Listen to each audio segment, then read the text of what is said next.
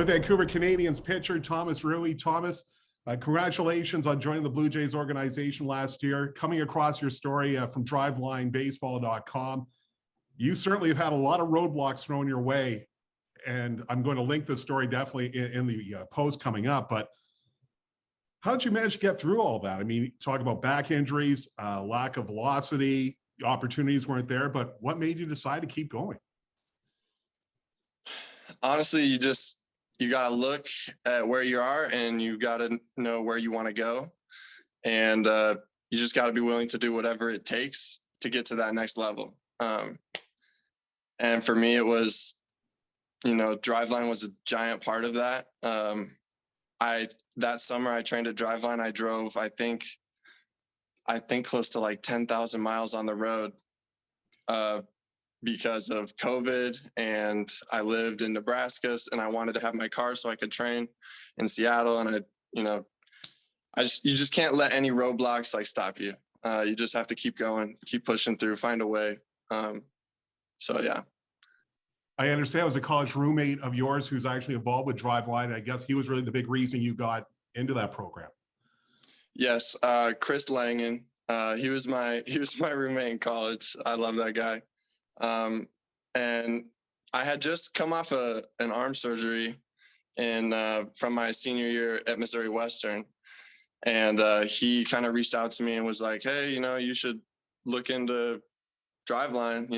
I'm going to be training people out there. He got a job as an intern there at the time in the fall, and kind of talked to me about it and got me on the right path to, getting my arm in shape and squeezing out all the miles per hour that I could.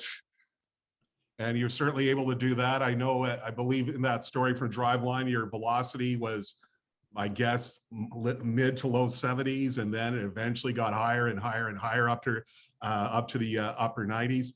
What were some of the exercises you did with Driveline? I know there was a lot of mound work, a lot of, I guess, hopping off the mound, but talk about some of the workouts you did for Driveline Baseball. So I did a lot of training in the weight room, and I'd say that's where I got a lot of my velocity gains because I was so weak. But I also did a lot of plyo throwing. A lot of the workouts I did was like pivot pickoffs and the drop step. And I actually hold like 3 records there, I think, for the drop step for the plyo records now. But when I started there, I couldn't do it very well. And the drop step is it's a throw where you face second base and you turn and plant your foot and, throw it at the wall. And it's just to get your hips more separated from your upper body.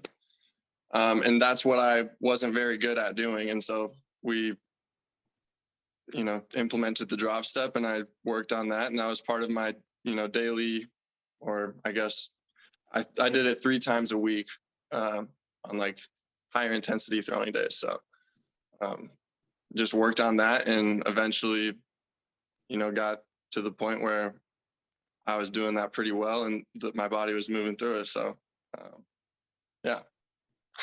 Okay. So I understand also your fastball that was revealed at Driveline Baseball, that the spin rate was really high, but I guess the one thing they wanted to work on, I guess, was getting a bit more movement. Is that a fair way to summarize that? Yeah.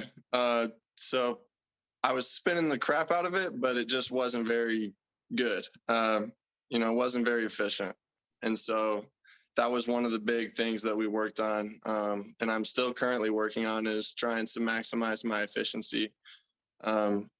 Basically, I ran into a problem. I was spinning the ball really, really high, like 2,700, but I was cutting it and I was only like 75% efficient. So I wasn't getting as much movement on the ball as I could if I was spinning it at a higher percent efficiency. So it's taken a lot of work for you to develop your fastball. What other pitches do you throw right now? I think I heard a slider. I don't know if there's a third pitch involved, but slider, I guess, is where might be your second pitch. Yep. Slider is definitely my second pitch.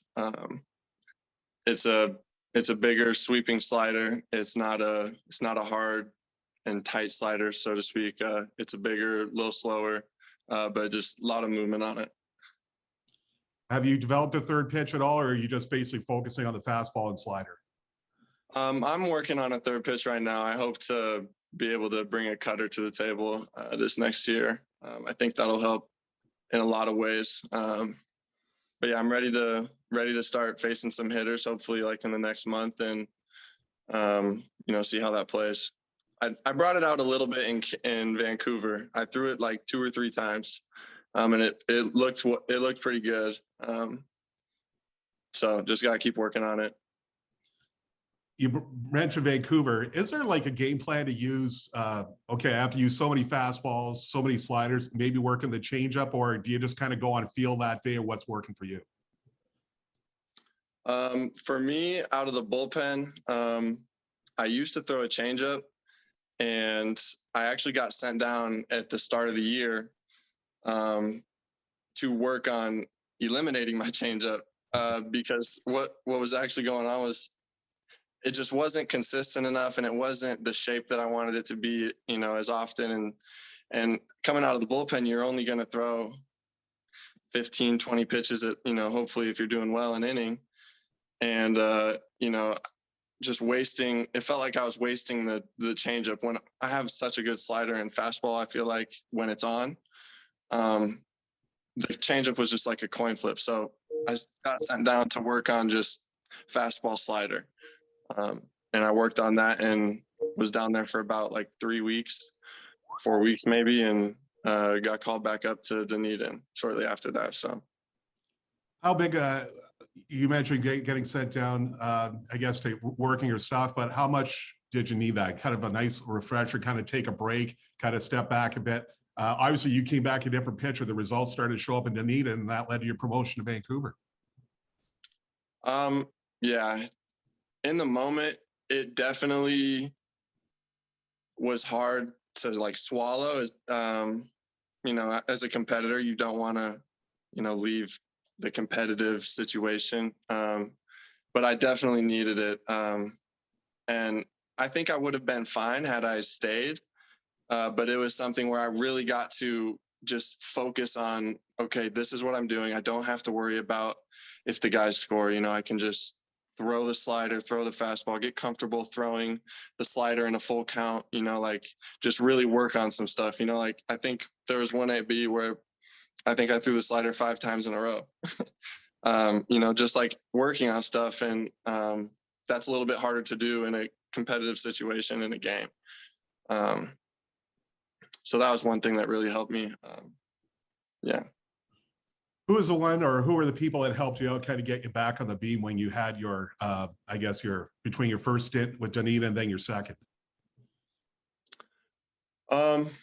Corey, it was really just like, I think it was more like time. Like I just needed just a little bit more time. And so spring training was only 3 weeks this year. Right. And I missed a little bit of time because I had back spasms from my back. I think it was, just combination of stress and physical stress on the body, everything. So I missed a little bit of time in spring training. So like, I think that was just a really big time for me to just like kind of decompress and be like, all right, refocus. I need to, focus on what makes me good. And that's spinning the fastball at, 2,600 with 90 plus efficiency and, getting the sweeper to move how we want it. So I think that was just, just getting more time, more reps on the mound. Like, and that was one thing that we were working hard on with Drew Hayes, the pitching coach in Dunedin too, was just, even when I wasn't pitching, like I was only pitching once a week once I got back, but like I was on the mound as much as I could, like I pitched on a Tuesday. All right, Thursday, I'm, throwing 5-10 pitches on the mound. So I think that was just a really big thing, was just getting more comfortable. Because I think my last competitive outing, was in D2 baseball 2 years ago, before the season. So it had been a while. So I think that was just, the time was a really good thing for me. Well, COVID was a challenge for everybody, but I guess, how did you keep yourself, I guess, really, for the lack of a better word, just kind of keep yourself going, kind of keep yourself motivated through that layoff and the uncertainty of it all?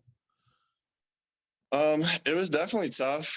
There was a lot of times where like you didn't want to, do it. You're like, man, this like it's hard to even see the light at the end of the tunnel. It's hard, because I was training and I had never even talked to a pro scout ever in my career, at any capacity. So I was just training, and I was older, just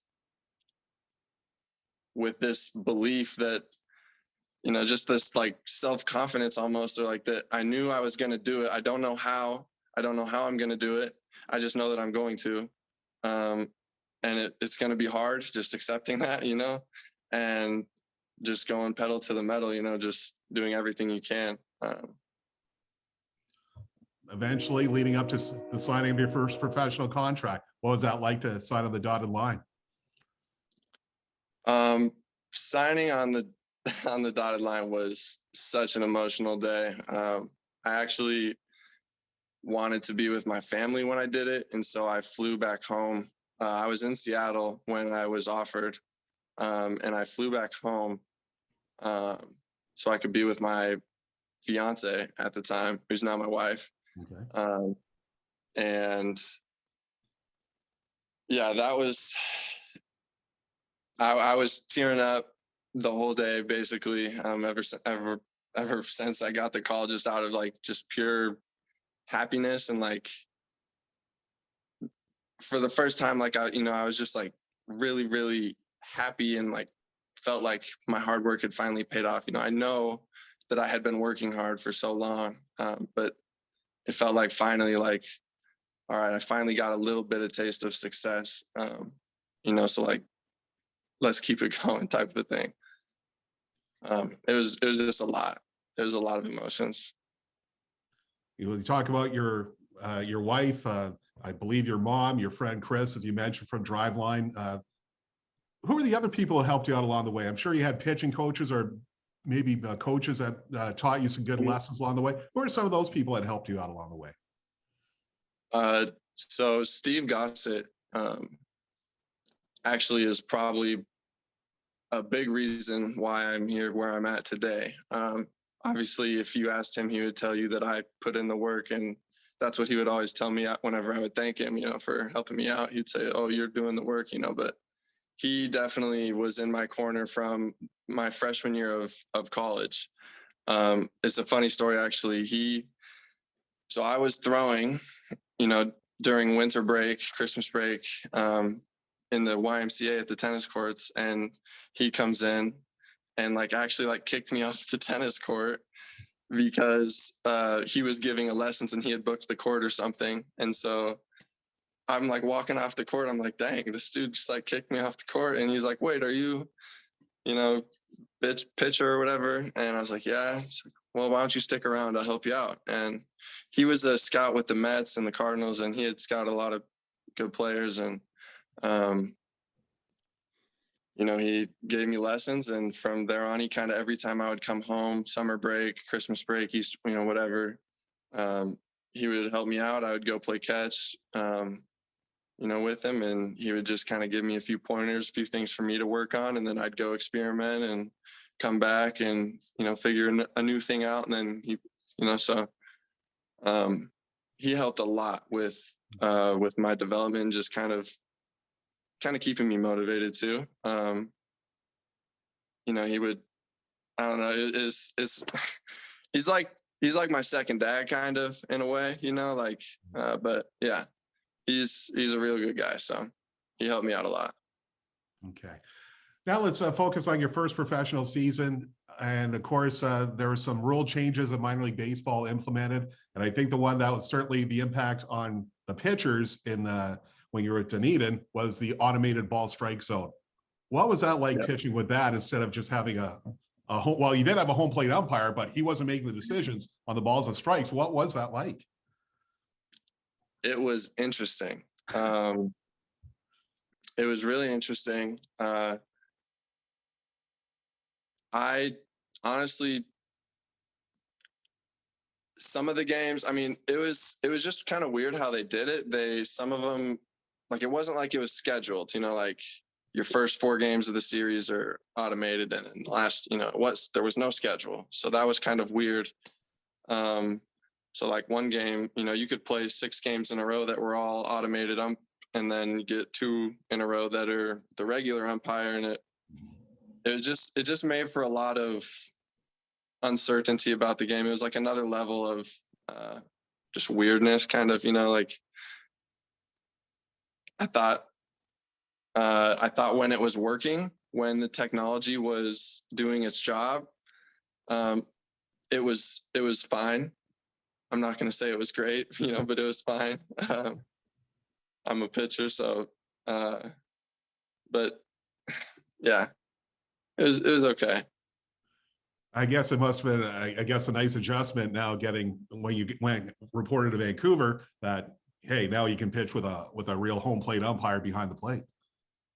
Yeah, and it was nice just knowing like every game was going to be the same. Like that's probably the biggest thing, was like you just felt like it was just too inconsistent, like, and just knowing that in Vancouver, like, okay, every game is the umpires, like, yeah, it's a different umpire, but every game is umpires, like, that's okay. It's like, it just felt like it was like going back to regular baseball almost. Okay. Now, how did you get the word about getting promoted to Vancouver? I mean, things are going well for you in Dunedin. Who gave you the good word that you were moving up a level? Manager called me. We actually had an off day, I believe, that day. So he didn't get to like call me in the office or anything. It was a phone call. And then I got a phone call from Drew and a couple of text messages from some of the other coaches, and it was a really special day. I mean, I'm an emotional guy, and I was crying, on the phone when he was telling me, you're going to Vancouver, hurt. So it meant a lot. And I kind of felt it coming, because I just was like, man, it's gotta be soon.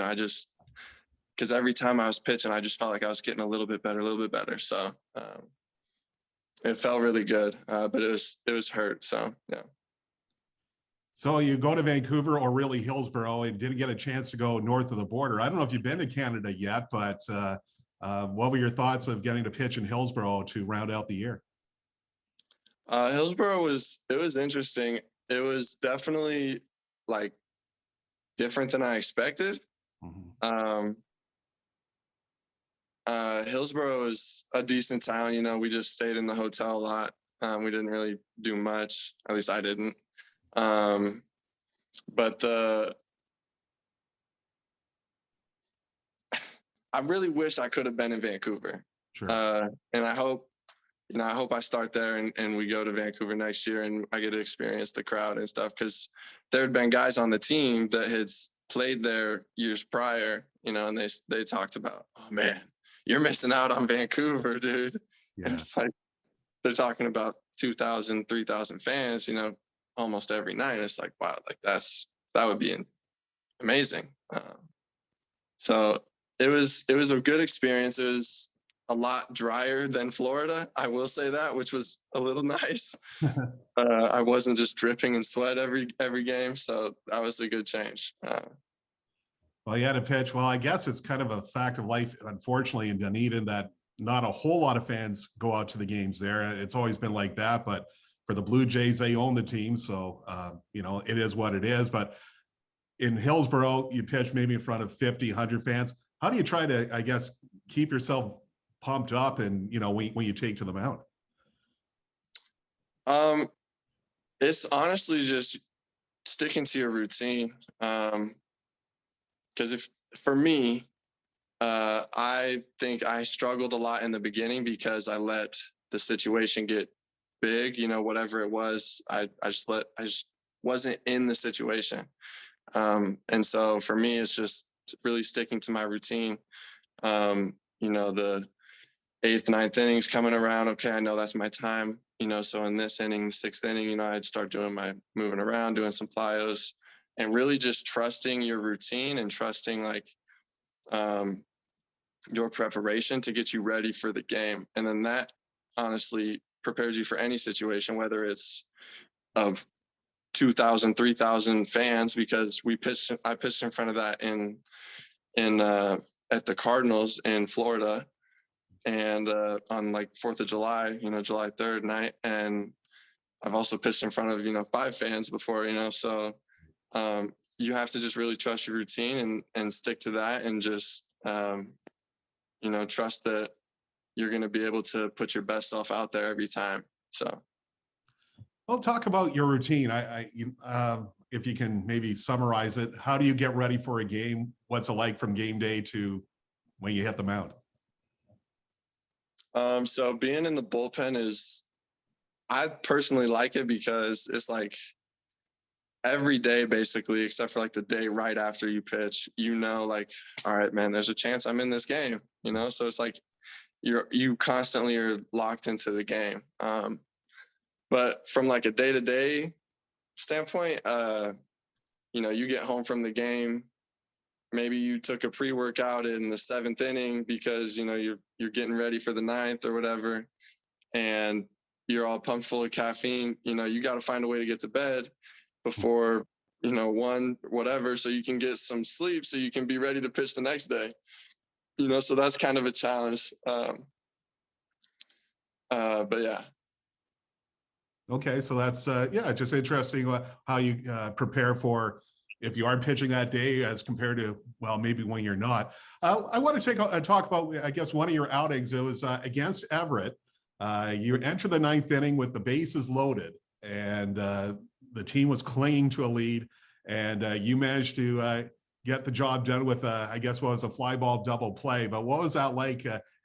Everett was battling for a playoff spot, so that was a huge game for them. But what was that like getting your first save with the Vancouver Canadians? That honestly was, that play was so crazy because the ball was hit. I thought I gave up a home run, and you can ask my teammates. I thought I gave up a home run. I was looking down. I was like, oh no, they just walked it off. And right fielder, I think it was Eric Rivera, maybe caught the ball. Yeah. And I looked around, and every single runner was like in a spot that I didn't think they were going to be, like nobody really tagged. They were all running. And so I was like, everybody in the infield was yelling a different bag. I think I was yelling 2, somebody was yelling 1s, every bag literally. And it was chaotic, but it was awesome. It was fun. It was a really good memory. Okay, so yeah, pitching at Everett, I mean, that's an experience in itself. I've called it the Fenway Park of the High A West League. And I mean, what is it like having to pitch in really a bandbox, whereas in Hillsborough, it's a little bit more forgiving? Yeah, it's definitely a unique park. That is for sure. I think right field is like 330 or something to right center, but the fence is like 40, 50 feet tall or something, but still, it's shorter than usual. But it's kind of got like a fun feel to the park. I honestly enjoyed playing there. But as far as like how different you pitch it, I mean, you kind of pitch to the bigger part of the park if you can. Yeah. I mean, it's pro ball though. Guys can hit. So, I mean, sometimes you just make a pitch and you just watch the ball fly over the wall, and there's nothing you can do. It was really fun playing there though. I really enjoyed it. Well, you wound up pitching in 3 of the 6 games, actually 3 of a 4-game stretch. You had thrown, I believe it was 2 pitches when you got that save with that double play ball. How did you manage to get through that? Because it's not every day you do see minor league relievers go back-to-back on back-to-back days, if you know what I'm saying. But I mean, yeah. How did you recover from that and being able to ready to pitch again? I believe you pitched 2 innings the very next day. Honestly, I didn't really throw that many pitches before that second outing that week because it was kind of a get hot quick situation. So it's not like I was really taxed a lot in the bullpen during warm-up and had a lot of pitches in the game. So, you kind of everybody's ready for that. I think, we just don't want to do that a lot. that's just kind of being on the cautious side. I think, so, but it was, I mean, as far as like my mental side of it, the coach told me that I was not going in that game. Right. The third day on, I think it was Saturday. Yeah. It was. He told me it was the before the final. game, he's like, Ruwe, you're down. And we'll maybe use you tomorrow. So in my head, I'm like, oh, okay, like, all right, and this is just it happened. It's a funny story now. I can tell the story. You can look at the pictures from when I was in the game. I didn't bring my cleats or my glove to the bullpen with me. Oh God. Right. Because coach told me I was down. And so we get in this emergency situation, and coach sends a player down to the bullpen, and he's like, hey, Ruwe, you're emergency tonight. And I was like, oh boy. All right. Who's got size 14s? And thankfully Reuther let me throw his cleats on, and then Ponce ran and got my glove. So it worked out, but I wasn't really, my heart was pounding so fast that day because I, just thought but that's baseball. And, I'll never make that mistake again. I'm always going to bring my cleats and my glove to the bullpen, even when, you're supposed to be down, because anything can happen. So, yeah, that was a really fun experience, though. I think that was my first time pitching in extra innings, also in pro ball too. And yeah, that was really fun, really fun.